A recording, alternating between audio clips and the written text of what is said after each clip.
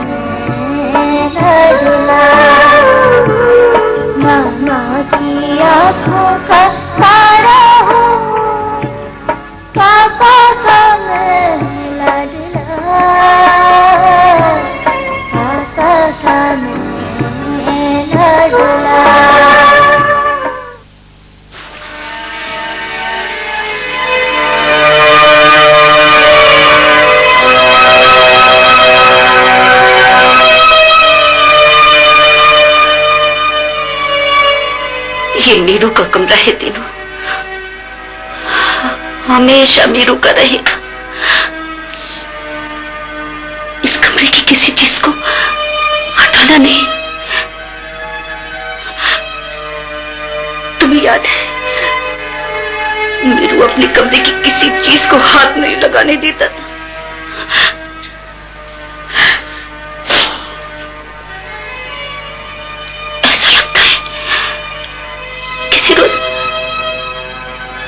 से आएगा, दरवाजा खोलेगा, अपनी जेब से पैसे निकालकर मेरे हाथ पर रखेगा और कहेगा, ये लो जोरा खातून, इस महीने का किराया।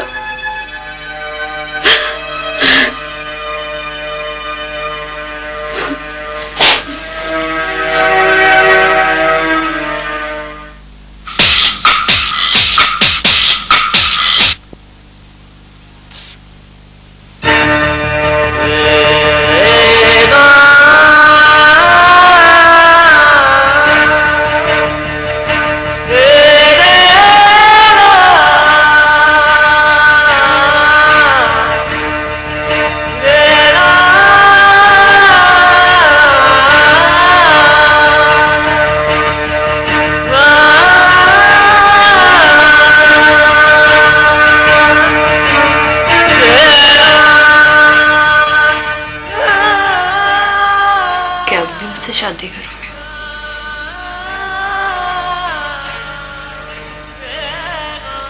नहीं,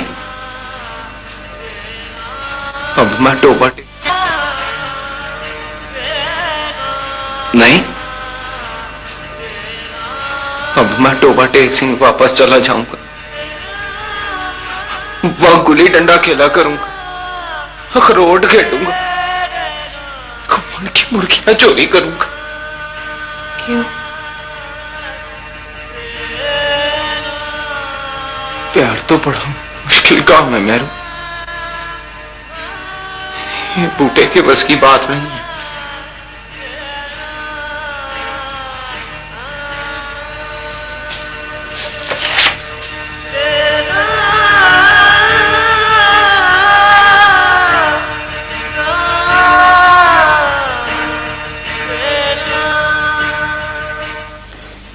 ये लो, अपनी तस्वीर अपने पास रख लो। वीरू को पता चलेगा तो नाराज होगा।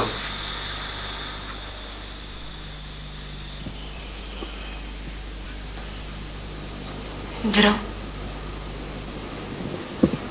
बैठो।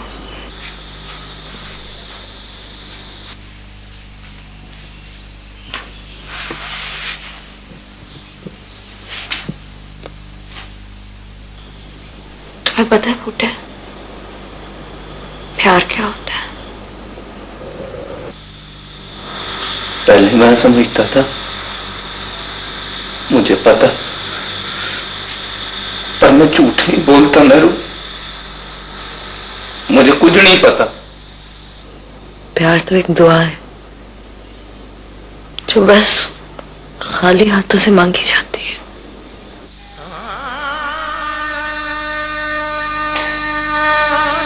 मेरे हाथ भी तो खाली है मेरू, दुआ मांगने के काम तो आएंगे। तुम मीरू की कब्र पे दीवा बाल के मेरे लिए दुआ मांगना, और मैं पीरा देते के मजार पे दीवा बाल के तुम्हारे लिए दुआ मांगूंगा। तुम लाहौर ना ही आते तो अच्छा था। तुम भी टोबा टेक सिंह ना ही आती तो अच्छा था। शाहजी कहते हैं बंदे को अच्छे बुरे का पता नहीं होता, जो अच्छा हो जाए वो अच्छा, और जो बुरा हो जाए वो बुरा। और शाहजी भी जो कहते हैं वो अच्छा नहीं होता। शाहजी ने पहले पेंट बोया था,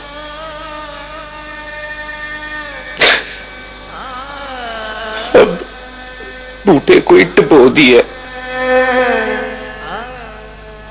अच्छा नाराज हो?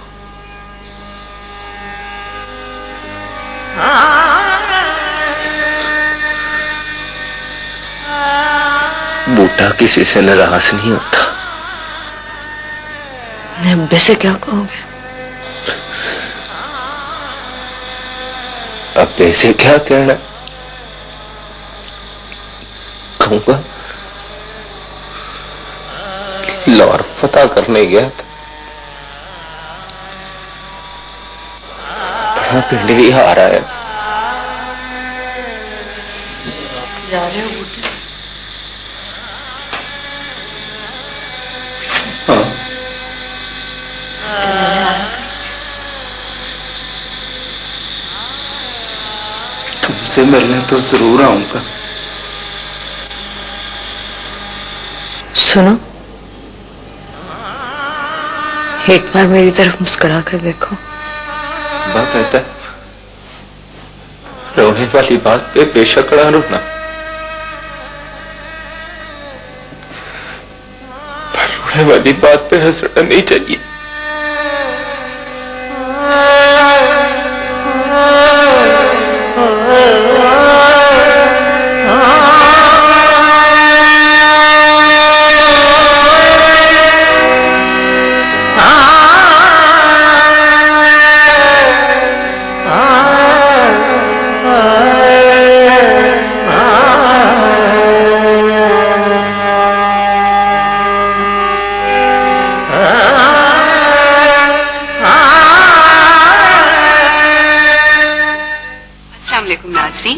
आज हमने अपने स्टूडियोज में राबिया को दावत दी है, जिन्होंने पिछले दिनों अपना मसला हमें लेकर भेजा था।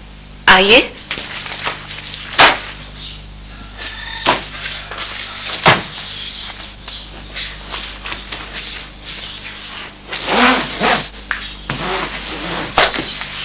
ये क्या हो रहा है? कुछ नहीं, पैकिंग कर रही हूँ। कहीं जा रही हो क्या? हाँ। कहाँ?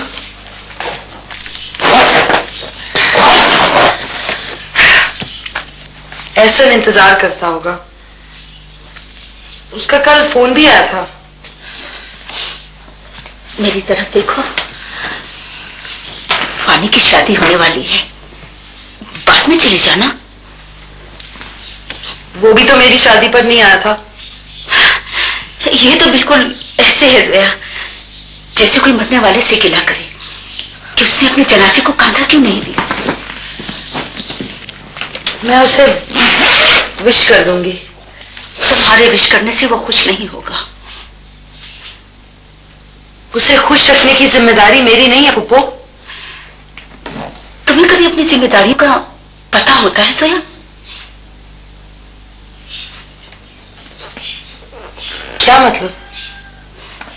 मोहब्बतें ना भी हो तो भरम रहने देते हैं।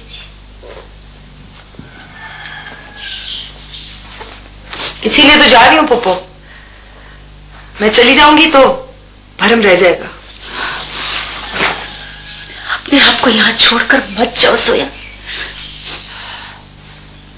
तुम मुझे हंसती हुई अच्छी लगती हो, मगर रोते हुए बहुत अच्छी लगती हो।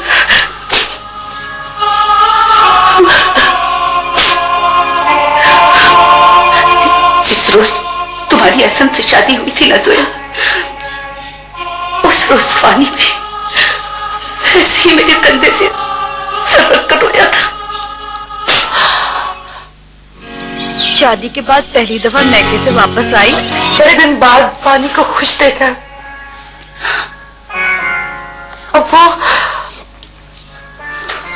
अब वो कभी नहीं रोएगा। वो बहुत रोएगा जोया। वो बहुत रोएगा जोया, जब उसे पता चलेगा कि तुम सिर्फ उससे मिलने आई थी, और फिर जब उसे ये पता चलेगा कि तुम वापस चली गई हो, जहां कोई तुम्हारी राह देखने वाला भी नहीं।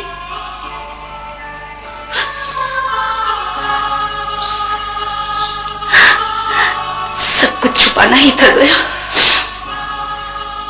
तो डिवोर्स के पेपर भी संभाल के रखे होते, अपने साथ एहसन की तस्वीर न फाड़ी होती, शादी की अंगूठी को बैग में न रखने से शक तो होता है जोया।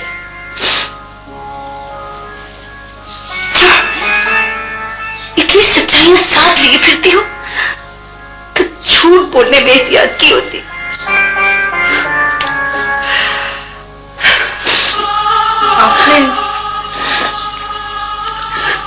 आपने सब देख लिया? हाँ, सब कुछ देख लिया। पप्पो से भी झूठ बोलती हो तुम। आप भी तो झूठ बोलती हैं। आपने कहा था एहसन का फोन आया। खुद तो तुम इतनी झूठ बोलती हो, पप्पो का एक झूठ बुरा लगा।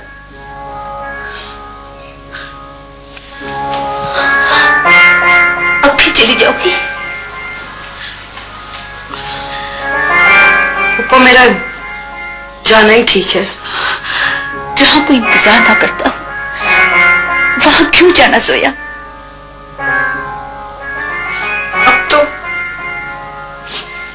अब तो शायद वहीं जाना ठीक है जहां कोई इंतजार ना करता हो। अब कभी फानी को यह ना बताना कि मैं क्यों और कहां चली गई हूं। वो सचमुच रोएगा। कहते हैं जब किस्मत आपके दरवाजे पर दस्तक दे तो दरवाजा खोलने में देर नहीं करनी चाहिए। एक बार देर हो जाए ना पुप्पो, तो फिर बहुत देर हो जाती है।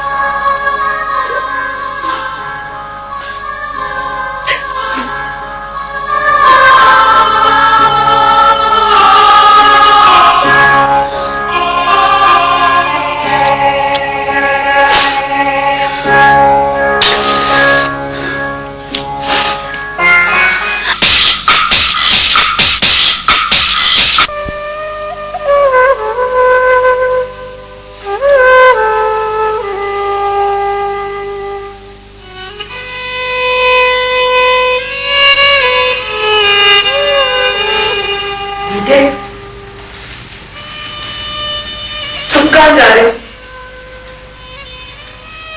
मैं तो ओवरटेकिंग जा रहा हूं।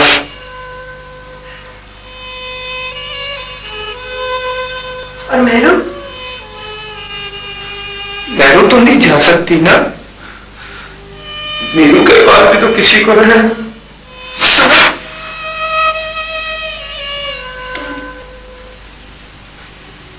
तुम जुलैखा की शादी में नहीं रुकोगे?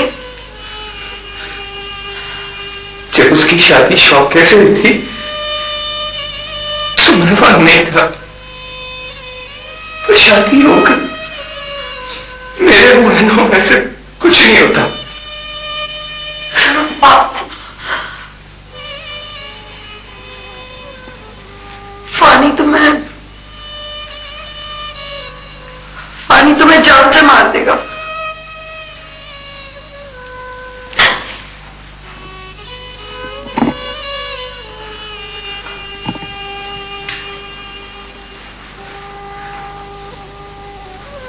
मुझे जान से मारने की जरूरत नहीं है जोया।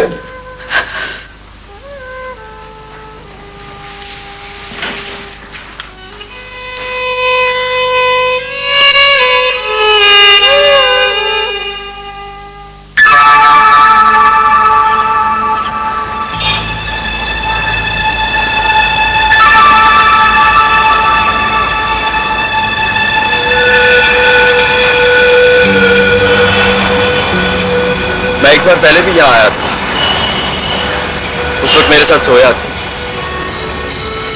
कहीं खड़े होकर उसने मुझसे कहा था कि वो ऐसी शादी करेगी। ये जगह मेरे लिए किसी यादगार के मानूंगा। यहीं से लोग रास्ता बदलकर अपनी अपनी मंजिल की तरफ चले जाते हैं। मुझे यहाँ क्यों लाए?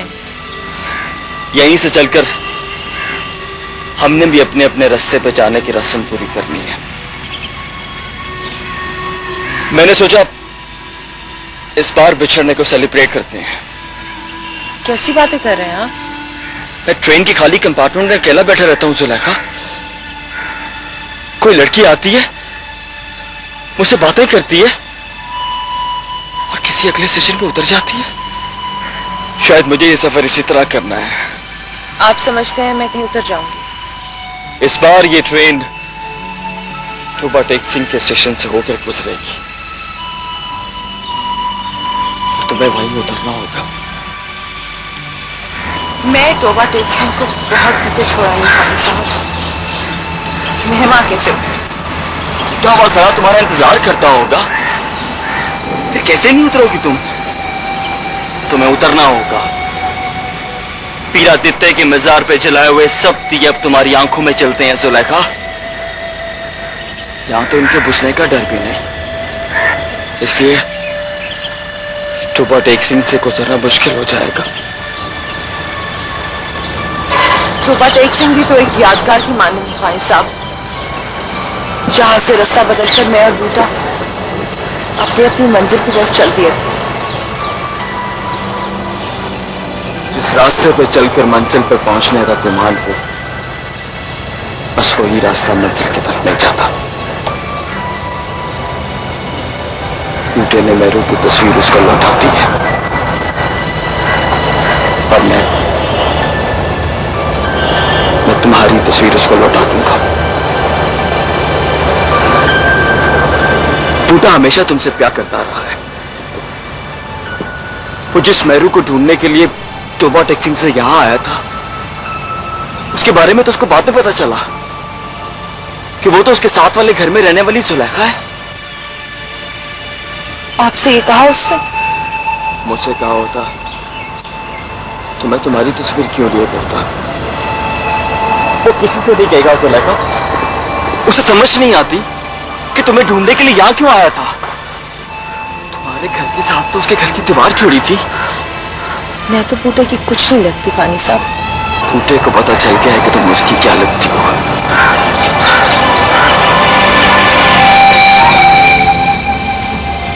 और आप क्या करोगे?